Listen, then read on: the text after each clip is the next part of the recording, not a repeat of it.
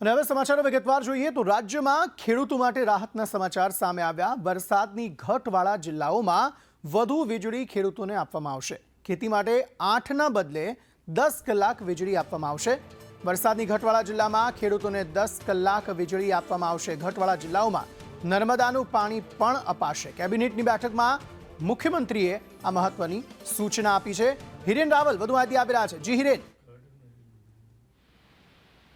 સ્થિતિમાં કેટલાક જિલ્લાઓમાં હજુ વરસાદની ઘટ છે। જૂનાગઢ જેવા જિલ્લાઓ છે કે જેમાં ખેતી પણ થાય છે, પરંતુ વરસાદની ઘટ હોવાના કારણે ખેડૂતોને ક્યાંક મુશ્કેલી પડી રહી છે।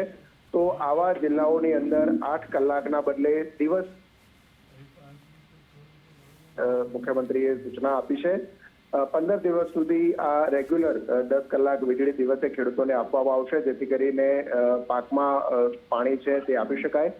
આ ઉપરાંત નર્મદાનું પાણી જે છે કે જે અત્યારે દરવાજા ખોલી અને નદીમાં છોડવામાં આવી રહ્યું છે, એ ઉપરાંત આવક વધુ હોવાના કારણે વધારાનું જે પાણી છે એ નદીમાં નાખવાની સાથે કેનાલ મારફતે સૌની યોજના મારફતે સૌરાષ્ટ્રના જે જળાશયો ખાલી છે એવા જળાશયોમાં નાખવા માટે પણ સૂચના આપી છે, જેના કારણે પાણીના તળ ઊંચા આવે। ખાતરના સંદર્ભમાં પણ મુખ્યમંત્રીએ સત્વરે ખેડૂતોને ખાતર મળી રહે અને કેન્દ્ર સરકાર આવતીકાલે વધુ જથ્થો પણ ગુજરાતને ફાળવશે। આભાર સમગ્ર માહિતી આપવા માટે।